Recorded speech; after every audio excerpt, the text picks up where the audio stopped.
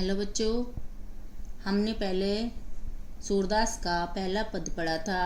अब हम सूरदास का दूसरा पद पढ़ेंगे, जिसमें सूरदास जी ने निर्गुण ब्रह्म की उपासना में कठिनाई बताते हुए सगुण ईश्वर की लीला के गान को ही श्रेष्ठ बताया है। अब इस पैरे में हम देखते हैं कैसे कैसे सूरदास जी ने क्या क्या चीज़ में बताई है।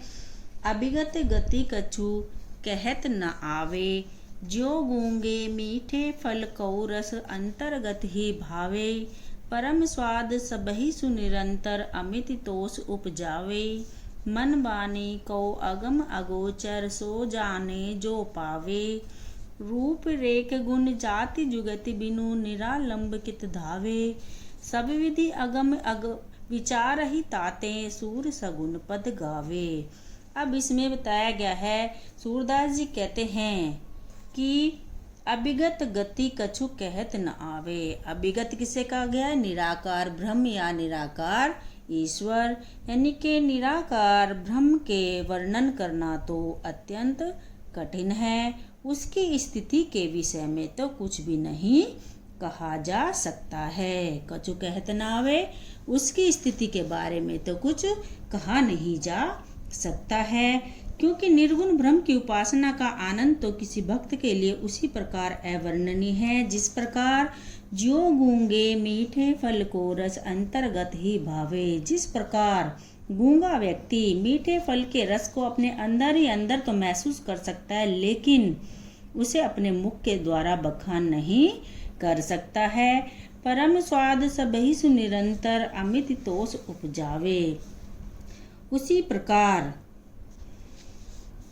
जो निर्गुण ब्रह्म है उसके बारे में भी, क्योंकि निर्गुण ब्रह्म की भक्ति के आनंद का केवल अनुभव ही किया जा सकता है, उसे वाणी द्वारा प्रकट नहीं किया जा सकता है, क्योंकि निर्गुण ब्रह्म की प्राप्ति से निरंतर अत्यधिक आनंद प्राप्त होता है और उपासक को उससे असीम संतोष भी प्राप्त होता है।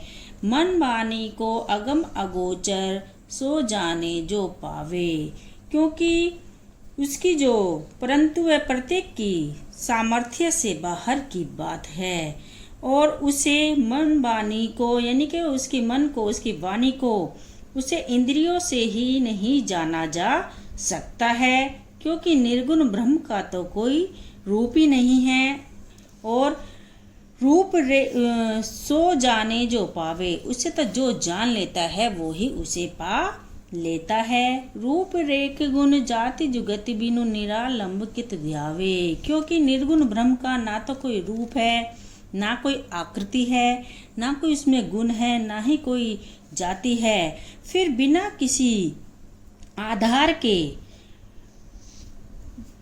मनुष्य इधर उधर ही भटकता रहता है कि इस बिना किसी आधार के कहाँ भटकता रहेगा। सब विधि अगम विचार ही ताते सूर सगुन पद गावे।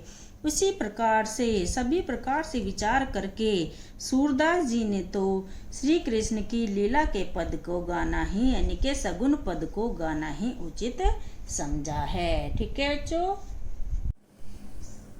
बच्चों, अभी हमने दूसरा पद पढ़ा था, अब हम तीसरा पद पढ़ेंगे। इस पद में कवि ने मणियों से युक्त आंगन में घुटनों के बल चलते हुए बालक श्री कृष्ण की शोभा का वर्णन किया है। कैसे वर्णन किया है? किलकती कहना घुटरोवनी आवत, मन में कनक नंद के आंगन बिंब पकड़िबे धावत, कबहु निरखी हरि आपऊ छाको करसऊ पकरन चाहत, किलकी हसत राजत द्वे दतियां पुनि पुनि तिहि अवगाहत, कनक भूमि पर कर पग छाया यह उपमा इक राजती, करी करी प्रतिपद प्रतिमनि वसुधा कमल बैठ की साजती, बाल दशा सुख निरखी जसोदा पुनि पुनि नंद बुलावती, अचरा तरले ढाकी सूर के प्रभु को दूध पियावती। यानी कि श्री कृष्ण के सौंदर्य बाल लीलाओं का वर्णन करते हुए सूरदास जी कहते हैं कि किलकत काना घटुरवनी आवत, कि बालक श्री कृष्ण किलकारी मारते हुए घुटनों के बल चले हुए आ रहे हैं। कहाँ पर? मणि में कनक नंद के आंगन, कि नंद बाबा के आंगन जो है वो सोने से बना हुआ है और उसमें मणियां जड़ित हैं। कनक कहते हैं सोने को और मणि कहते हैं मणियों को। कि नंद बाबा के आंगन जो है वो सोने से बना हुआ है और मणियों से जड़ित है। उसमें श्री कृष्ण अपने बिंब यानी के अपनी परछाई को पकड़ने के लिए दौड़ रहे हैं। कबहु निरखी हरि आपऊ छाको, कभी तो श्री कृष्ण अपनी परछाई को उसमें पकड़ते हैं और कर सो पकड़न चाहत, कर किसे कहा गया इसमें? हाथ को, कि हाथों से उसे पकड़ना चाहते हैं।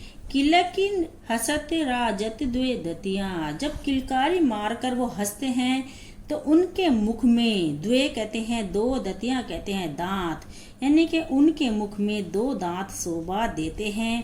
पुनि पुनित ही अवगाहत, जो बार बार उन्हें दिखा रहे हैं। कनक भूमि पर कर पग छाया, यह उपमा एक राजती, कि कनक से सोने से बने हुए मणियों से जड़ित भूमि पर उनके कर कहते हैं हाथों, पग कहते हैं पैरों की जो छाया है वो कैसी लग रही है? कि एक उपमान सा प्रस्तुत कर रही है कि उनके जो हाथ पैरों की छाया सोने के पृष्ठ पर ऐसी प्रतीत होती है कि मानो करी करी प्रतिपद प्रतिमनि वसुधा कमल बैठ की सजादी साजती, मानो प्रत्येक मणि में उनके बैठने के लिए पृथ्वी ने कमल का आसन सजा दिया है, अथवा प्रत्येक मणि पर उनके कमल जैसे हाथ पैरों का प्रतिबिंब पड़ने से ऐसा लगता है कि पृथ्वी पर कमल के फूलों का आसन बिछा दिया हो। क्योंकि श्री कृष्ण के हाथ पैरों को किसके समान बताया गया है? कमल के समान बताया गया है। जब वो घुटनों के बल चल रहे हैं तो उनके हाथ और पैर उस सोने से बने हुए मणियों से जड़ित आंगन में कमल के फूल के समान दिखाई दे रहे हैं। और फिर क्या बताते हैं बाद में?